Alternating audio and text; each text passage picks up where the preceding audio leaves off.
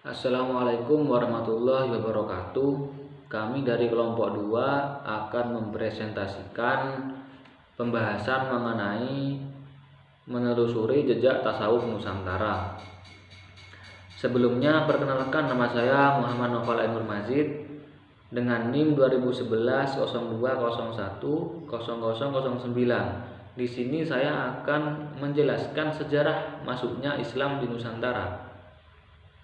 Sebagaimana diketahui halayak ramai bahwasannya Islam hadir di Nusantara itu dengan cara damai dan tanpa kekerasan, sehingga agama Islam dapat diterima dengan baik dan menjadi agama yang dominan di Nusantara. Banyak sekali jalur masuknya Islam ke Nusantara, seperti jalur perdagangan, pernikahan, tasawuf, kebudayaan, dan juga lain sebagainya. Para mubalik Islam dulu mengajarkan atau menyebarkan agama Islam itu lebih menekankan kepada perspektif hati atau tasawuf daripada hukum atau fikih. Perspektif hati di sini maksudnya yaitu Islam hadir dan menyebar di Nusantara itu bukan karena kekuasaan raja, melainkan karena kesadaran hati umatnya. Hal itu dapat kita lihat secara perlahan. Islam mampu menggeser keberadaan agama sebelumnya seperti agama Hindu dan juga Buddha, yang tentunya para mubalik dulu itu menyebarkan dengan cara yang elegan. Jika tidak elegan, mungkin agama Islam sulit diterima di negeri ini, apalagi sampai mampu menjadi agama mayoritas di Nusantara. Para mubalik Islam dulu itu dibagi menjadi beberapa generasi.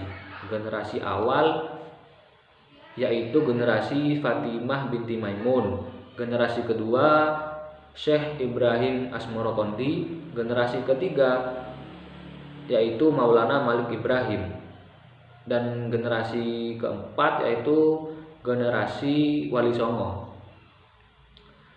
yang mana tentunya itu strategi yang dilakukan oleh para mubalik Islam dulu itu berbeda-beda. Dan yang saya akan contohkan yaitu strategi dari Wali Songo. Wali Songo di sini menyebutkan istilah Islam rahmatan lil alamin. Dengan strategi dakwahnya yaitu mengalkulturasi atau mencampur kebudayaan masyarakat Nusantara dengan ajaran-ajaran agama Islam. Seperti contoh gamelan. Gamelan di sini kan alat musik tradisional Nusantara.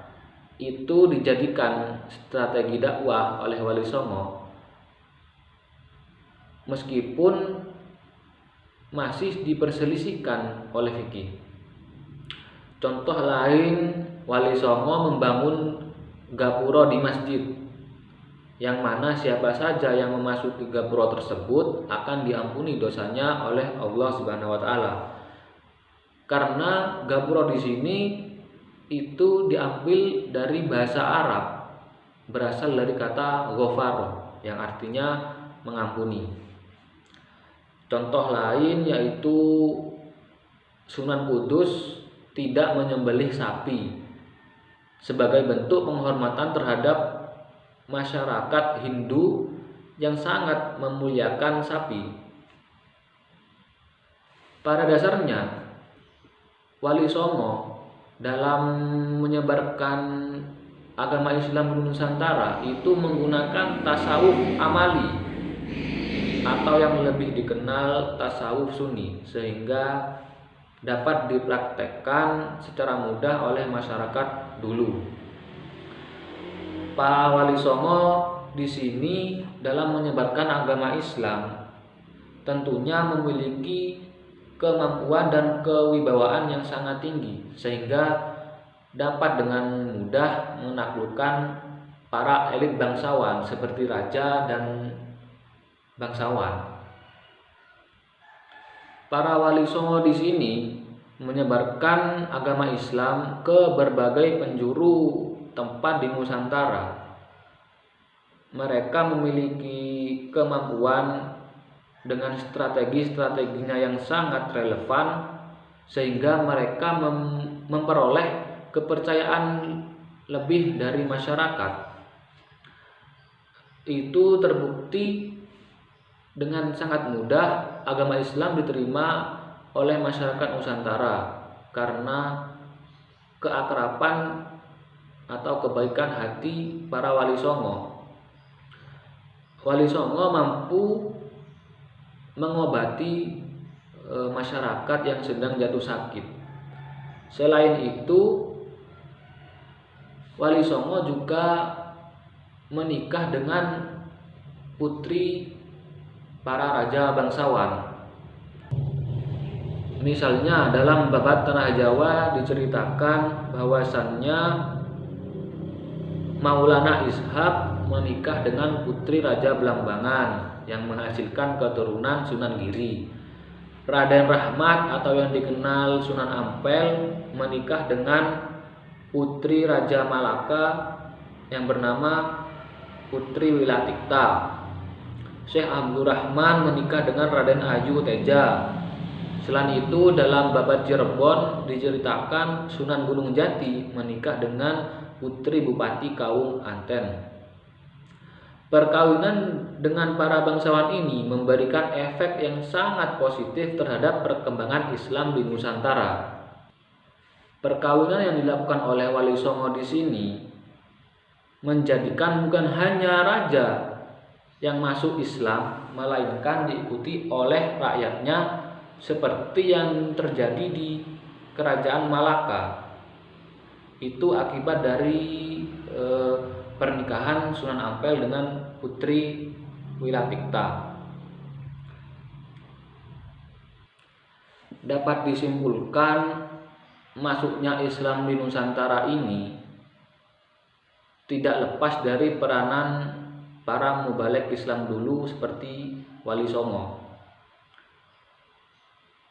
Agama Islam tidak akan pernah tertanam dan mengakar di Nusantara sebelum kedatangan para sufi yang mengajarkan agama Islam dengan cara yang sangat lembut dan juga sejuk, sehingga Islam menjadi agama yang dapat diterima dengan mudah dan diajarkan oleh masyarakat dulu. Hingga saat ini Islam menjadi agama mayoritas di Indonesia dengan banyak sekali pengikutnya. Mungkin cukup sekian yang dapat saya sampaikan mengenai sejarah masuknya Islam Nusantara. Untuk presentasi yang selanjutnya akan dilanjutkan oleh rekan saya. Bismillahirrahmanirrahim. Assalamualaikum warahmatullahi wabarakatuh. Perkenalkan, nama saya Wafika Ziza dengan NIM 2011020101004.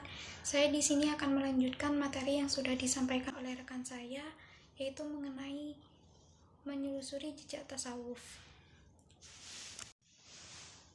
Kembali pada tasawuf Nusantara, bahwa secara teoritis ada dua jenis tasawuf di Indonesia.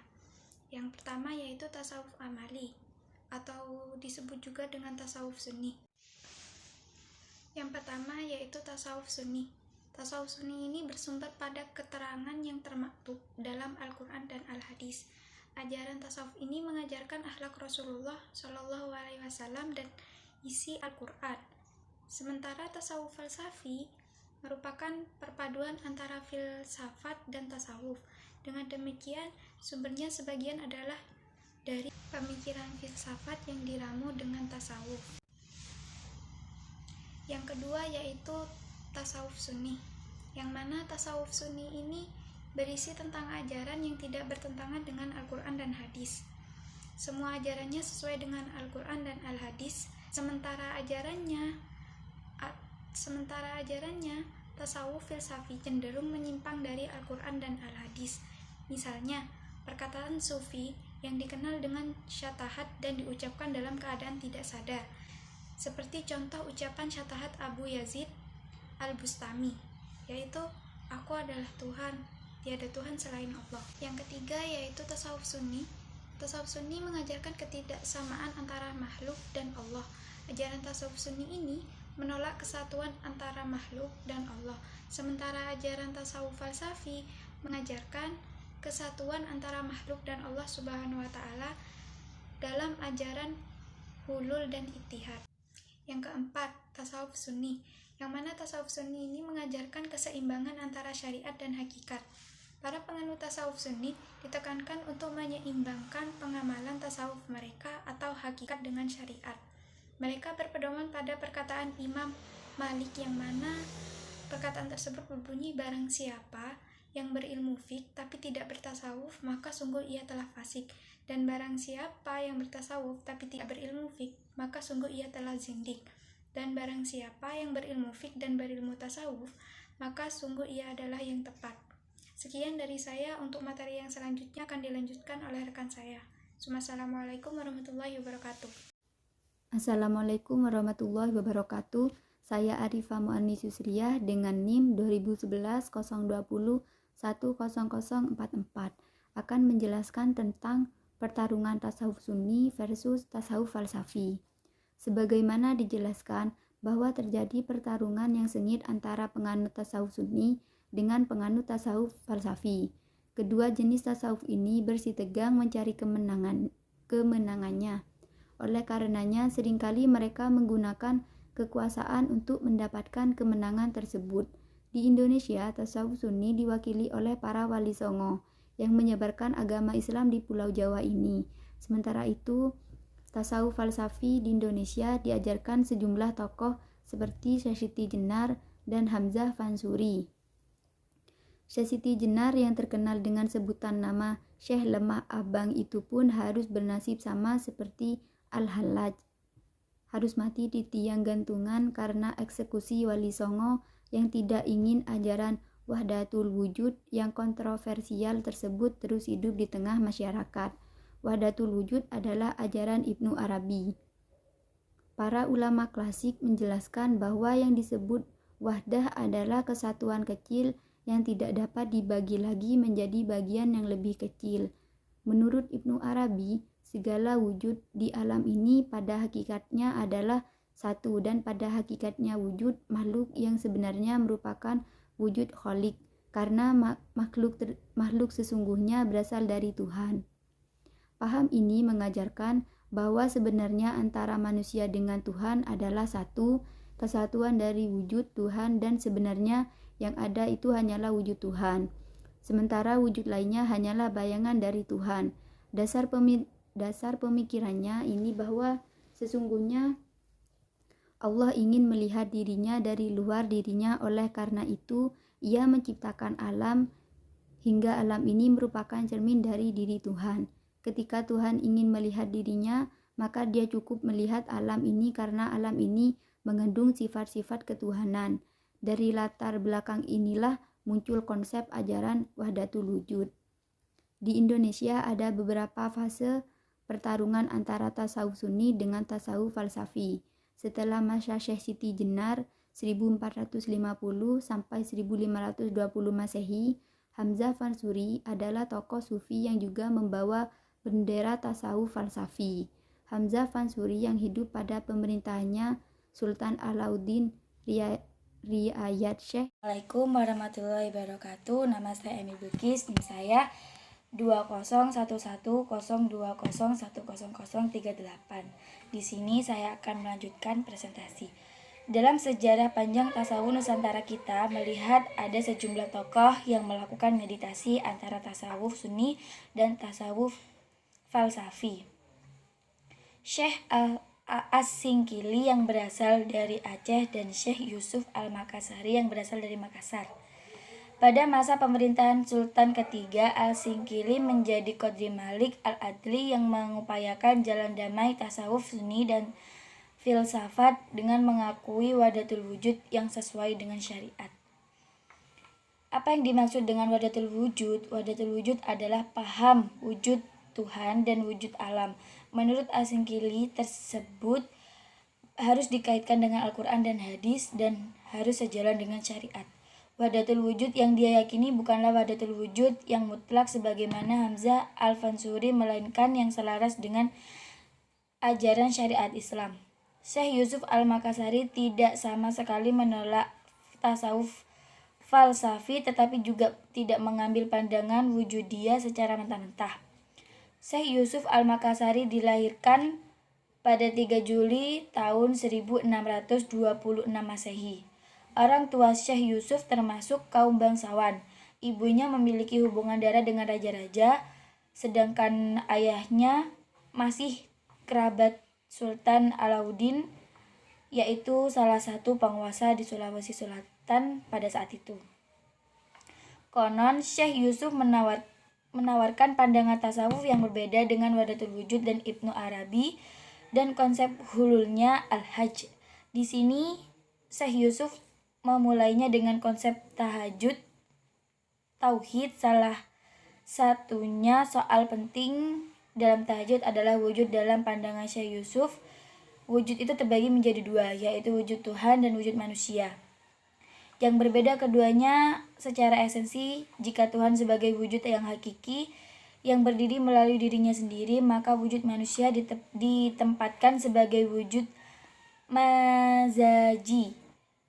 Wujud majazi ini yang sering disebut juga sebagai bayangan wujud Tuhan. Meski dua tokoh penganut jalan tengah ini berusaha menghubungkan antara dua model tasawuf yang berseberangan, ini usahanya belum membuahkan hasil. Yang artinya tasawuf jalan tengah tidak menjadi anti mainstream bagi orang Indonesia. Pemikiran keduanya tidak familiar di tengah-tengah masyarakat Indonesia, untuk mengatakan tidak berpengaruh sama sekali. Disinilah secara de facto umat Islam Indonesia lebih memilih kebenaran pragmatis tasawuf, sebagaimana melihat dalam tasawuf sunni jika pada akhirnya harus ribet dan malah jauh pada sang kekasih Allah Subhanahu wa taala, atau bahkan hanya mengundang kontroversi belaka. Sekian dari saya. Wassalamualaikum warahmatullahi wabarakatuh.